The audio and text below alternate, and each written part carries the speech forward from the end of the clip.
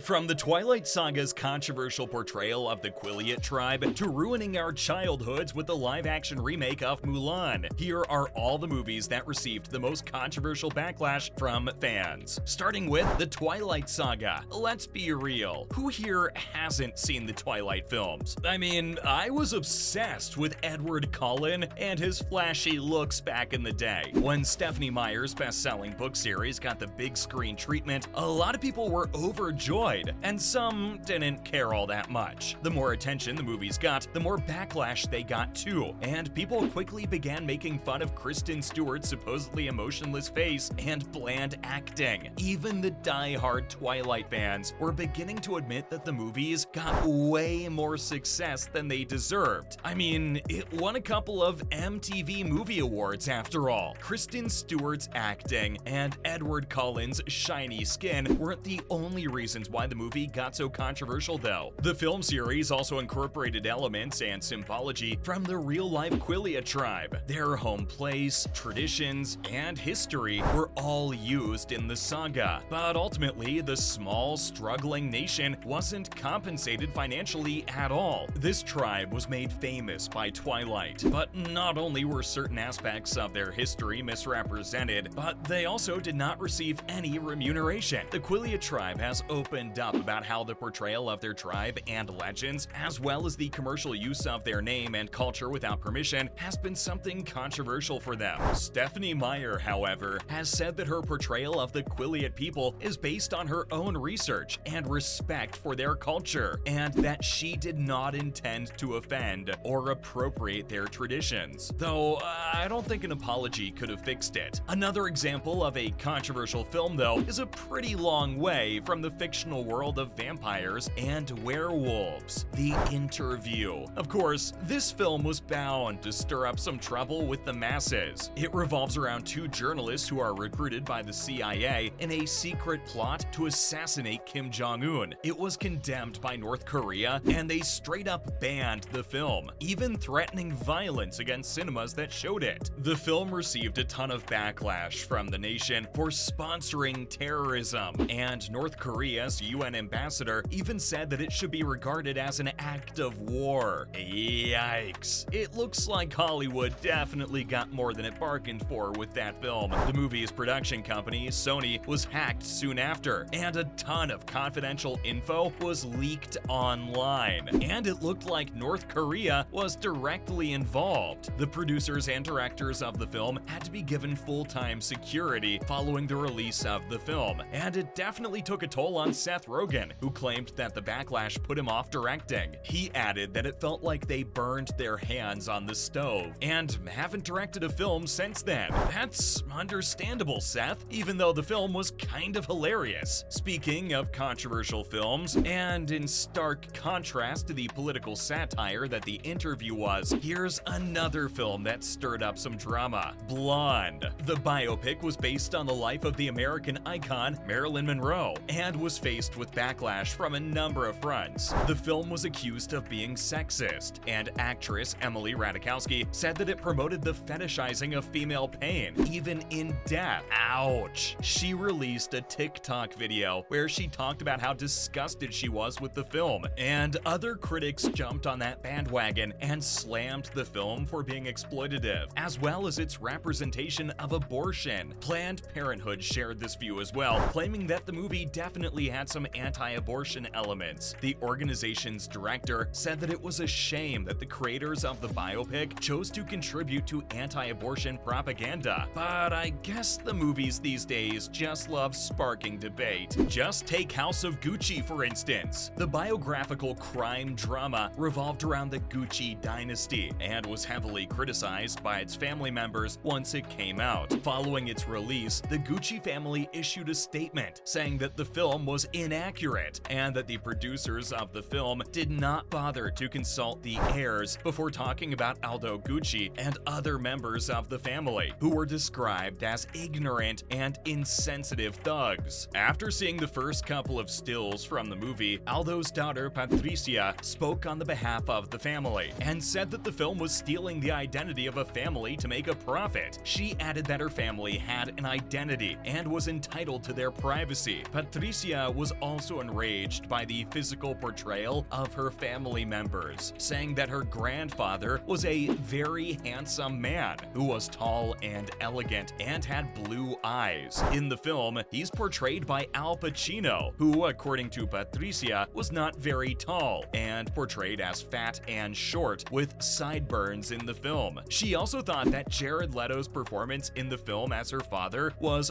horrible. Now, I don't know about you guys, but if I was making a film about a family, I think I'd ask that family their opinion of the cast before it was finalized. You know what I mean? Maybe Hollywood should stop making biopics with the amount of backlash those films receive. This next one is another biographical drama that received negative feedback from the family it was about too. Green Book. The story depicted the journey of a musician called Don Shirley and his driver, Anthony Lip Vallelonga, as they traversed the Deep South. Now, the members of the Shirley family were pissed off that they weren't consulted during the making of the film. Anthony Vallelonga's son, Nick, said that that was because Don Shirley had told him himself not to speak to anyone, and that he'd told the story he wanted to tell. The family, on the other hand, believed that some parts of the story were inaccurate, like the tour that Anthony was chauffeuring Shirley on was not to segregated venues, but to black colleges and universities. Aside from that, the Shirleys weren't happy with how the film was framed either, and Don's niece, Shirley Kimball, said that it bothered the family that the focus of the film was about a white man who was a racist throughout the film and remained a racist at the end too. The movie won Best Picture, and people took to Twitter to talk about how confusing it was that a white savior film won over films like BlacKkKlansman. Even the director of that film seemed to think it was a bad call. The Shirley family was definitely angry by the Best Original Screenplay and Best Picture award that the film received. While Green Book received backlash for its portrayal of race issues in the United States, this next film caused outrage because of the treatment of animals during its filming, A Dog's Purpose. Now, the film didn't receive negative reviews due to something that happened in it, but because of something that happened during the filming. Some footage showing a German Shepherd being forced to perform a stunt partially underwater was released by TMZ, and viewers went feral because it looked like the dog was being made to perform the stunt against its will, and their outrage drew the attention of PETA. The non-profit organization urged and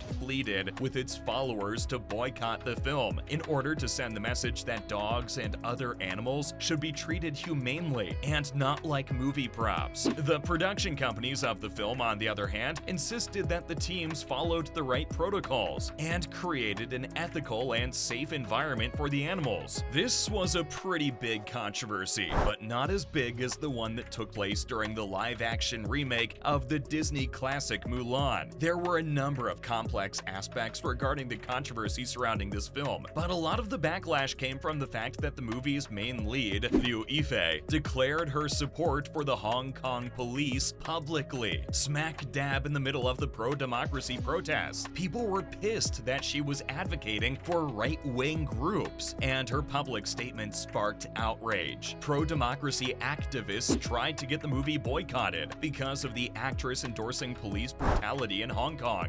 Anyway, that's everything on the films that received the most controversial backlash.